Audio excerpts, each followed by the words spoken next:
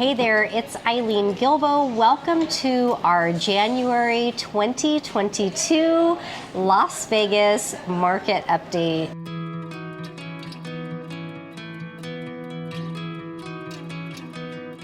It seems like every time we meet, we're like, oh, we're just going to go over the same numbers and give you, nope, there's always something new to talk about. So my first thing that I wanted to ask you, because I feel like this debate with interest rates, are they going up? Are they going down? What I'm noticing people not talking about is what that actual interest rate does to your house payment, which for me, that makes a whole lot more sense to ask questions about what is it going to do to my actual house payment than actually what my interest rate is. Because after a little while, you're going to forget what your interest rate is after everything is said and done. But those are the buzzwords. So the buzzwords are interest rate. So if the interest rate does go up, which it is predicted to, you know, what is that going to do to people's house payment?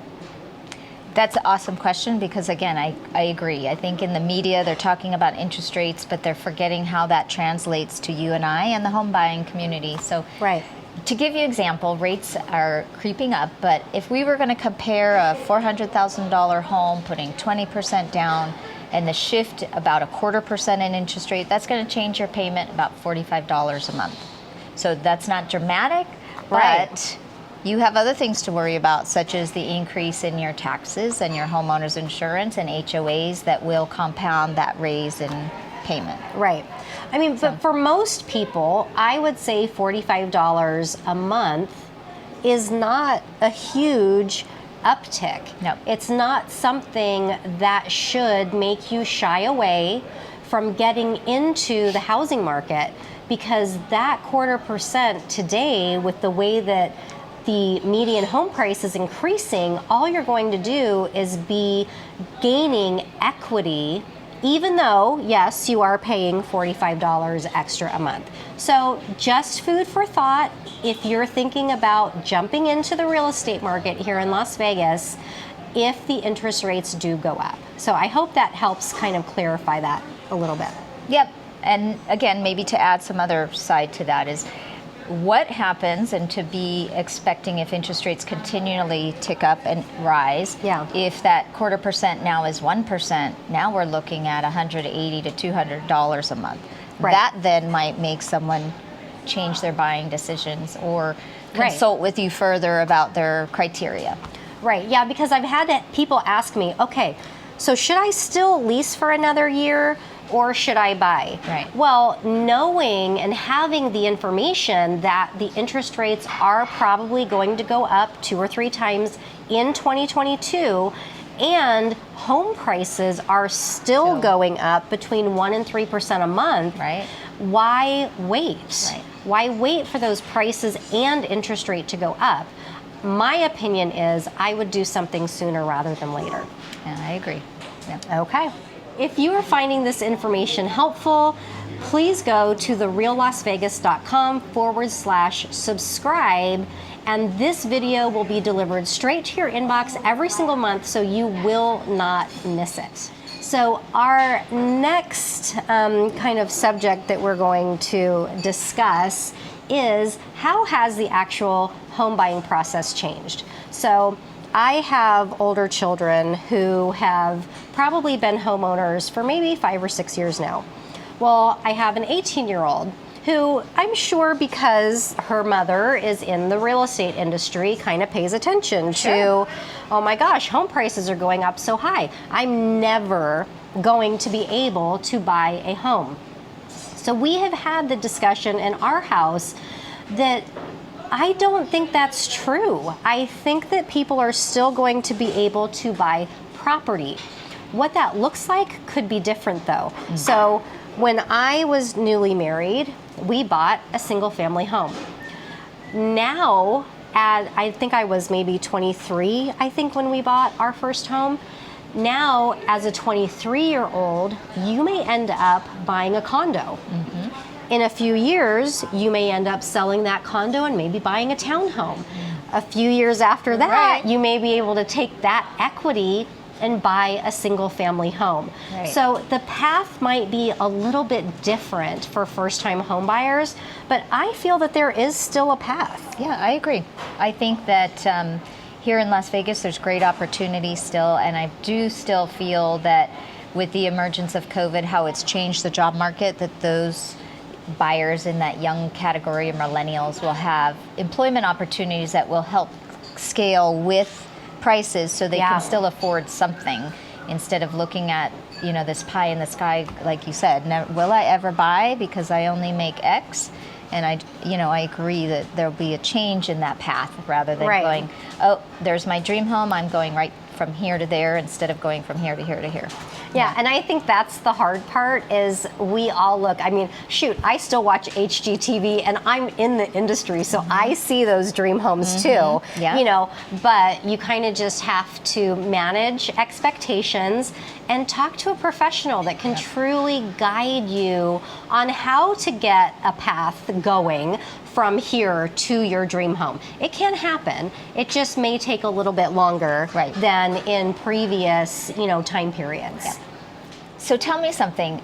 We have been seeing COVID affecting closing timelines on the mortgage side and different times in that process. Have you felt the same thing? Absolutely. Yeah. So especially these past few weeks, it seems like we in Vegas, and I'm sure nationwide, we've kind of had from Thanksgiving to New Year's, it seems like every other person that I talk to, it has had COVID, has been affected by somebody who's had it. Their company has been closed down.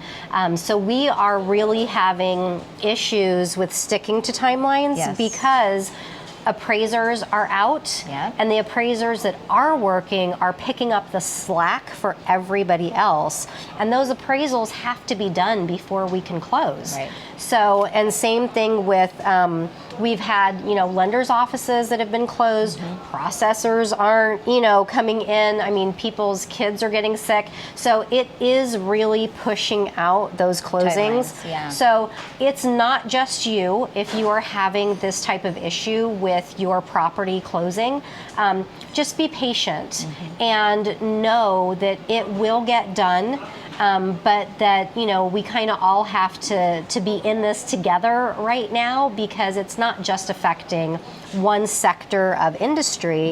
It's kind of affecting even the home builders as well because, you know, people aren't on the job. You know, inspectors can't come out to do final inspections. There's just a lot of things that have to work seamlessly to get everything, you know, done and finished. And right now, seamless, I don't know if that's a word that we can use during these COVID times. So patience, you know, and communication. So as long as you have the communication between all parties and everybody's on the same page, it'll get done.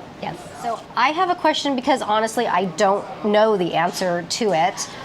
Are you still right now doing refinances? We are. Now, overall, refinances are down because, again, you have fear in the world and the media plays that fear on people. But you know, a home loan's unique just like you and I. And so why you might want to get a refinance is not why Susie Smith wants a refinance.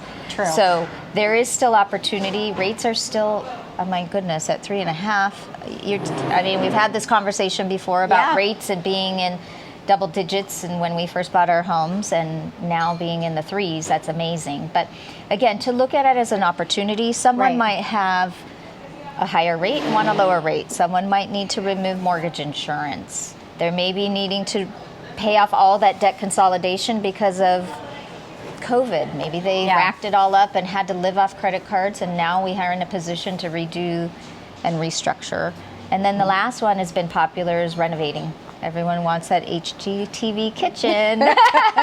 So yes, there's still refinances going on. They're just not as prevalent because, of course, with outside sources playing into that. So there is still an opportunity.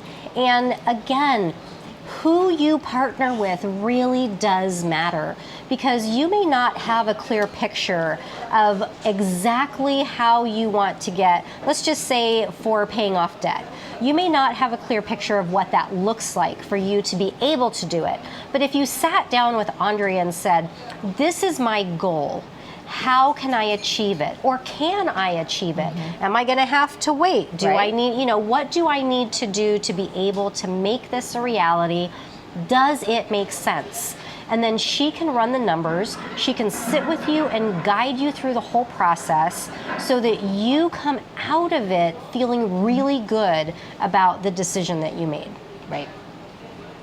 All right, and then the reason that you all are here, I mean, besides watching us smile and nod at each other, is because you want to know what the median home price is, right?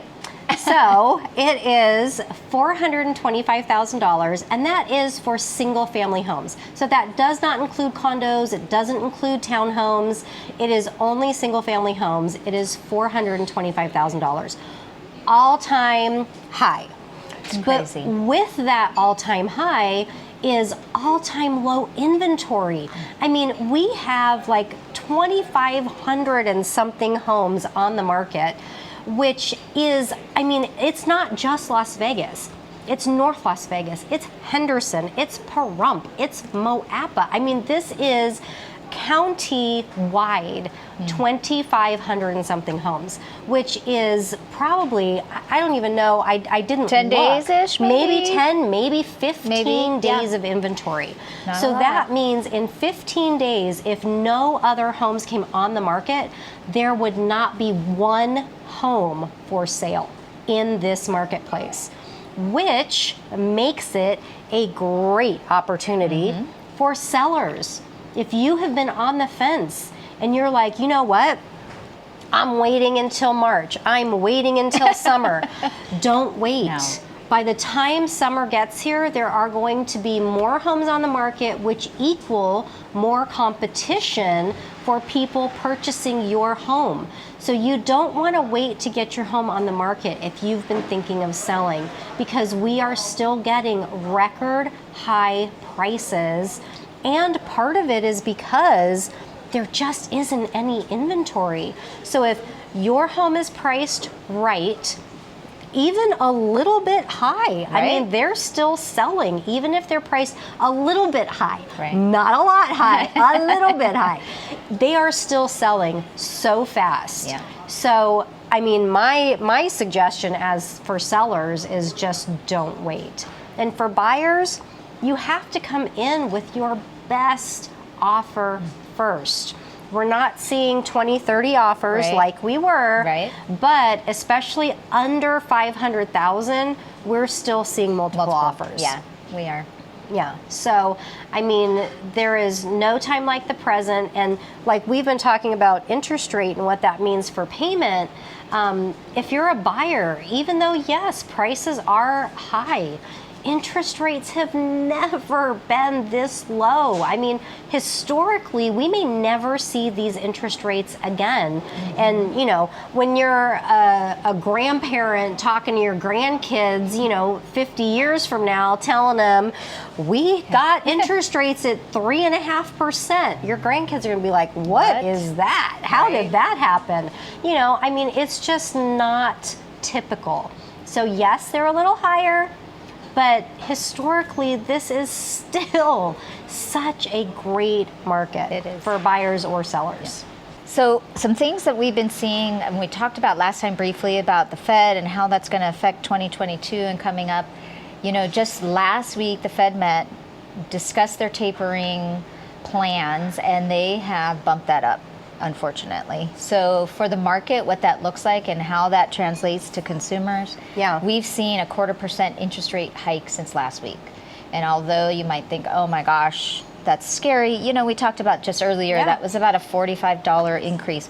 But considering that that might keep going, and they're expecting about 3 rate hikes this year to combat inflation, you know, those are things that we as advisors and you and I have to talk to our clients and prep them over. And that with the interest rates and coupling and prices increasing, again, as we discussed before, it's best to get with someone like Eileen or myself so that you can get the best information and be prepared going forward. Yeah. And it may not be the information you want, but we're going to be honest and we're going to guide you through the whole process so that you have a plan in place. Yeah. Yeah. So I do have one more question, Aundrea, for you. Okay. If you are a buyer and you are having your agent write up a contract, what is the typical time for closing that you're seeing? Because I know maybe a month or two ago, I could get a closing done in 30 days or less. Right. So what is it today? Well, because of our delays from COVID and the strains that's putting on all the different channels, we're asking realtors to do a 45-day. Okay. Just to accommodate the contingency periods within your contract. Yeah. With not necessarily us internally in our loan process, but the outside sources that we all rely on, such as title, appraisal. Yeah. So usually we're good with 45 days, and a lot of ours are closing still in 30. It's just within that 30 days, you and I working together have to be, again, give grace and be okay with giving extensions on appraisal contingencies and loan contingencies within our contract. But other than that, they're going pretty smoothly. We're not saying seamless. Yeah. Yeah. Right? Well, and right now, seamless, I don't know if that is achievable at this point in time, but hey, you can always hope. Buckle up, wear your seatbelt. Exactly. We thank you so much for joining us, and we look so forward to seeing you next month for the market update. And if you have questions or things that you want to know concerning the Las Vegas real estate market, please drop a comment so that we can answer it the next time that we are together. We'll see you next month. Bye.